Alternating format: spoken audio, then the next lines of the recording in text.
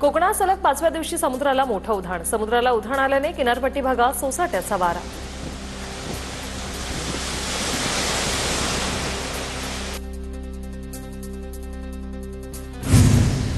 नाशिकच्या इगतपुरीतल्या जुन्या कसारा घाटात दरड कोसळली. दरड कोसळल्याने एक झाड महामार्गावर पडलं.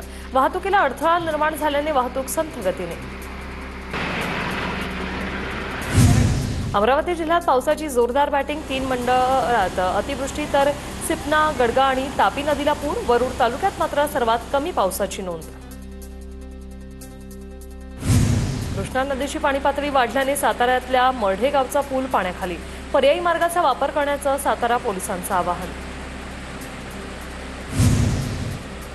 सातारा जिल्ह्यातील धोम आणि कण्हेर धरणातून पाण्याचा विसर्ग वाढला. संगम, माहुली, वेण्णा आणि कृष्णा नदीच्या पाणी पातळीत वाढ. धोम धरणातून कृष्णा नदीपात्रात 7 क्युसेकचा विसर्ग. परतूरच्या कुंभारवाडी ते गोळीगाव रस्त्यावरील ओढ्याला पावसामुळे पूर. कुंभारवाडी वस्तीवरील विद्यार्थ्यांचा पुराच्या पाण्यातून जीव मुठीत घेऊन प्रवास. पुलाची उंची वाढवण्याची मागणी. नांदेड जिल्ह्यातील अर्धापूर तालुक्यात मुसळधार पाऊस. मुसळधार पावसामुळे नदीकाठची पिकं वाहून गेली. चांदोली पाणलोट क्षेत्रात पडणाऱ्या सततच्या पावसामुळे वारणा धरणातून विसर्ग. 13,500 क्युसेकने सुरू असलेल्या विसर्गामुळे वारणा नदी पात्राबाहेर.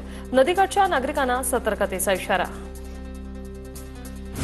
नांदेडच्या विष्णुपुरी धरणाचे 4 दरवाजे उघडले. गोदावरी नदीपात्रात 59,000 क्युसेकने विसर्ग. गोदावरी नदीकाठच्या गावांना सतर्कतेचा इशारा. आपत्ती व्यवस्थापन पथक सतर्क. 2 दिवसांपासून सुरू असलेल्या पावसामुळे नांदेडच्या किनवटमधील सहस्त्रकुंड धबधबा प्रवाहित. सहस्त्रकुंड धबधबा पर्यटकांसाठी आकर्षणाचा केंद्रबिंदू. पुण्याच्या घाटमाथ्यावर पडत असलेल्या संततधार पावसामुळे भोर तालुक्यातलं भाटघर धरण 95% भरलंय. पाणी पातळीत नियंत्रण ठेवण्यासाठी धरणाच्या सांडव्यावरून 5,600 क्युसेक पाण्याचा नीरा नदीत विसर्ग. बीडच्या पाटोदा तालुक्यात सौताडा धबधबा प्रवाहित. दमदार पावसाने हा धबधबा ओसंडून वाहतोय. जवळपास 100 फूट उंचावरून हा धबधबा कोसळतोय. रामेश्वराचं मंदिरही असल्याने पर्यटकांसह भाविकांची गर्दी. जळगावच्या बाजारात भाजीपाल्याच्या दरात वाढ. हिरवी मिरची, कोथिंबीर आणि टोमॅटोच्या दरात वाढ. एका दिवसात भाजीपाल्याच्या दरात 60% वाढ झाल्याची विक्रेत्यांची माहिती. वाशिमच्या मालेगाव तालुक्यात पांगरी नवघरे ते तपोवन दरम्यानच्या रस्त्याची दुरावस्था. श्री क्षेत्र तपोवन येथे जाणाऱ्या भाविकांना नाहक त्रास. कर्नाटकातील अलमट्टी धरणातून पाण्याचा विसर्ग वाढवला जाणार. 1,20,000 क्युसेकचा विसर्ग सोडणार. अलमट्टी धरण प्रशासनाची माहिती. सध्या 80,000 क्युसेकने विसर्ग सुरू. छत्रपती संभाजीनगर जिल्ह्यातील कसबाखेडा गावात नव्याने बनवण्यात आलेला रस्ता आणि पूल वाहून गेल्याचं समोर. मुसळधार पावसामुळे निकृष्ट दर्जाचा रस्ता वाहून गेला. जालन्यातील मंठा तालुक्यात जोरदार पाऊस. देवठाणा कानडी गावांना जोडणारा पूल वाहून गेला. कानडी गावाचा संपर्क तुटला. जालन्याच्या अंबड तालुक्यात सर्वदूर मुसळधार पावसाची हजेरी. वडीगोद्री आणि आसपासच्या शिवारात शेतांना तळ्याचं स्वरूप. मोसंबीच्या फळबागांमध्ये गुडघाभर पाणी तर सोयाबीनही पाण्याखाली गेलं. वाशिममधील पैनगंगा नदीला मोठा पूर. करडा, गोभणी आणि सरपखेड धोडप हे मार्ग मागील 12 तासापासून बंद. गोंदिया जिल्ह्यातील औंढा नागनाथ येथील ज्योतिर्लिंग संस्थानाला भाविकांकडून 30 किलोवॅटची सौर ऊर्जा प्रणाली दान. आमदार संतोष बांगर यांच्या हस्ते सौर ऊर्जा प्रणालीचं उद्घाटन. बीड जिल्ह्यातील गेवराईच्या दैठणमध्ये पाण्याचा विसर्ग वाढला. रस्त्याच्या अर्धवट कामांमुळे पुलावरून वाहतोय पाणी. तर विद्यार्थी आणि शिक्षकांना ग्रामस्थांनी दोरीच्या सहाय्याने बाहेर काढलं. नागपुरात 3 दिवसांच्या संततधार पावसानंतर आज काहीशी उसंत. मात्र ढगाळ आणि पावसाळी वातावरण कायम. हवामान विभागाकडून हलक्या आणि मध्यम स्वरूपाच्या पावसाचा अंदाज. कोल्हापूर जिल्ह्यात पावसाची उसंत. राधानगरी धरण क्षेत्रात पावसाचा जोर कमी.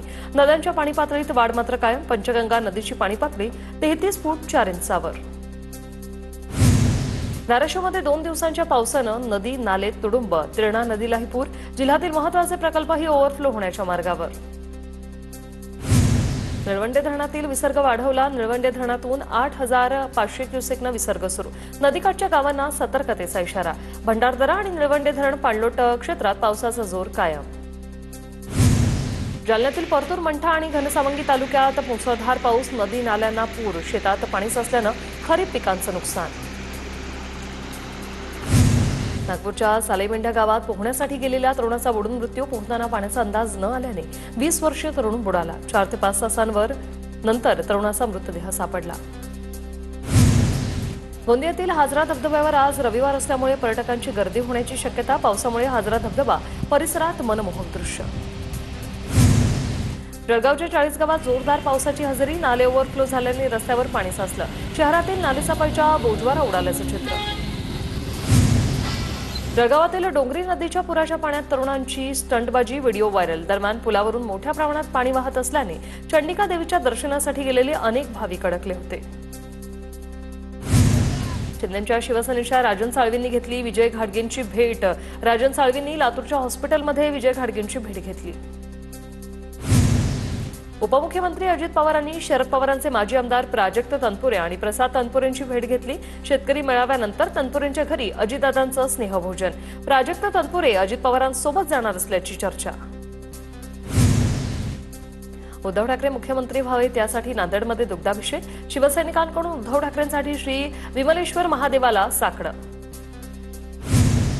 अमरावतीच्या नांदगाव खंडेश्वरमधील शिवणी फाट्यावरील फासेपारधी समाजाचं रास्तारोको आंदोलन. आंदोलकांकडून आमदार शरद सोनवणे यांना अटक करण्याची मागणी. सोनवणे यांनी आदिवासी मंत्री अशोक उईके यांच्याबद्दल वादग्रस्त वक्तव्य केल्याचा आरोप. नंदुरबार जिल्ह्यातील राष्ट्रवादीच्या पदाधिकाऱ्यांमध्ये निधी वाटपावरून नाराजी. निधी वाटपात भेदभाव केला जात असल्याचा आरोप. प्रदेशाध्यक्ष सुनील तटकरे यांच्याकडे तक्रार. भंडारा जिल्हा मध्यवर्ती बँकेच्या निवडणुकीसाठी मतदान प्रक्रियेला सुरुवात. तब्बल 9 वर्षांनंतर होते निवडणूक. 21 जागांसाठी 46 उमेदवार निवडणुकीच्या रिंगणात. छत्रपती संभाजीनगरला औरंगाबाद म्हणण्यास नकार देणाऱ्या युट्यूबरचा शिंदेच्या शिवसेनेकडून सत्कार. औरंगाबाद म्हणण्यासाठी अजिंठ्यात युट्यूबरला धमकी. धुळे शहराजवळ मुंबई आग्रा महामार्गावर मोठ्या प्रमाणात खड्डे. पावसात खड्ड्यांचा अंदाज न आल्याने अनेक अपघाताच्या घटना. रस्त्यावरील खड्डे भरण्याची वाहनधारकांची मागणी. सोलापुरातील सालार टोळीतील 6 जणांविरोधात मकोका अंतर्गत कारवाई. सालार टोळीवर 10 वर्षात खंडणी, अपहरण, जीवे मारण्याचा प्रयत्न इत्यादी गुन्हे दाखल. पोलीस आयुक्तांकडून एकावर 3 वर्षांचा मकोका. नाशिक रोड भागातील सॉफ्टवेअर अभियंत्यांच्या घरी जीएसटीच्या पथकाची छापेमारी. मोठ्या प्रमाणात रोकड जप्त. जीएसटी विभागाचा कर चुकवल्याचा अधिकाऱ्यांना संशय. 2 पेट्या भरून रोकड सापडली. यवतमाळच्या अंजी नाईक परिसरात राजकीय वैमनस्यातून कुटुंबाला संपवण्याचा कट. विरोधकांच्या घराभोवती तारा बांधून त्यात विद्युत प्रवाह सोडल्याचा प्रकार. यात विजेचा धक्का लागून 37 वर्षीय महिलेचा मृत्यू. 6 संशयित आरोपींविरोधात घाटंजी पोलिसात गुन्हा दाखल. मावळ तालुक्यातील तिकोना किल्ल्यावर खासदार निलेश लंके यांच्या नेतृत्वात गड किल्ले संवर्धन मोहीम. शरद पवारांच्या राष्ट्रवादीचे प्रदेशाध्यक्ष शशिकांत शिंदे, जयंत पाटील या मोहिमेत सहभागी. धाराशिवच्या तुळजापूर तालुक्यात नियम धाब्यावर बसवून खडी केंद्र चालकांकडून दगड उत्खनन. नियमबाह्य काम करणाऱ्या खडी केंद्र सील. छत्रपती संभाजीनगर जिल्ह्यात विद्यार्थ्यांना दुसऱ्या गणवेशाची प्रतीक्षा. आतापर्यंत केवळ एकच गणवेश मिळाला. दुसऱ्या गणवेशासाठीच्या निधीचे वितरण झाले नसल्याची माहिती. जळगावच्या धरणगाव आणि एरंडोल तालुक्यातील कृषी केंद्राची जिल्हाधिकारी आयुष प्रसाद यांच्याकडून तपासणी. युरियाचा ट्रक अडवून साठ्याची माहिती घेतली. अनियमितता आढळल्यास कारवाईचा इशारा. नाशिकच्या राजबिहारी रस्त्यावर गुटखा वाहतूक करणारा ट्रक पलटी. जागेवर गुटखा जाळून टाकण्याची शिवसैनिकांची. आडगाव पोलिसांकडून सौम्य लाठीमार. गुन्हा दाखल. कारवाईची मागणी. मानवी तस्करीला आळा घालण्यासाठी नागपूर पोलीस ऑपरेशन शक्ती राबवणार. देशात प्रथमच जिल्हा कृती गटाची स्थापना. मानवी तस्करीची जोखीम असणाऱ्या 330 ठिकाणी लक्ष ठेवणार. यवतमाळमध्ये राजकीय द्वेषातून घराभोवती तारा बांधून वीज प्रवाहातून कुटुंब संपवण्याचा कट. एका महिलेचा मृत्यू तर 1 जण गंभीर जखमी. 6 संशयित आरोपींवर घाटंजी पोलिसात गुन्हा दाखल.